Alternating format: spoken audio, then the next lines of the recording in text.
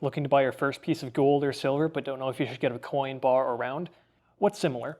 Generally, the weight and the purity usually is going to be similar between coins, bars, and rounds. You can have similar weight options for the most part, and purity across all of them is usually going to be the same, although there can be some differences depending on where you're buying from.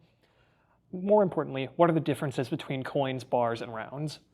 Coins are government minted. They have a currency denomination on them, so they're made by the government, and they'll usually say like a $1 or £5, something like that on it somewhere. More often than not, they're going to be pure, but with some situations they're not going to be. For example, gold eagles and gold Krugerrands, they're not pure gold even though they're still 1 ounce, they're about 22 karat. Usually coins have fewer sizes, often ranging from 1/20th of an ounce to 1 ounce is most common, but occasionally you'll see larger sizes like a 5-ounce coin or maybe even a ½ pound, or I've seen 1 kilo coin, for example. They're not too common, but usually they're going to be around 1 ounce, and coins will have fewer size options overall. And finally, of course, coins are going to be shaped like coins. They're going to be round for the most part. Bars usually are going to be private minted, but every once in a while you'll find a government minted bar, such as a Royal Canadian Mint bar. These will not have any denomination on them. They're going to be square in shape, just like a standard bar might be. More often than not, bars are going to be pure, since it's easier to trust a private company if they offer just pure items as opposed to semi-pure items. It's easier to fake or get away with faking semi-pure items. Hence, with most bars and rounds, you're going to find that they're going to be pure.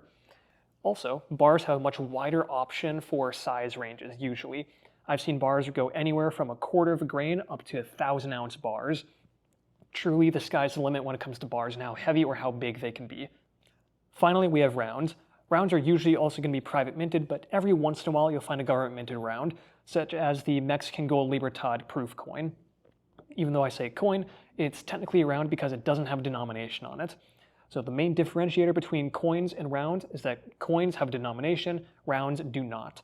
Similar to bars, rounds tend to be more pure on average, more often than not, and the sizes also tend to be more similar to coins though, where rounds usually tend to stick around 1 ounce. Every once in a while you'll find some 5 ounces or 10 ounces, but it's not too common.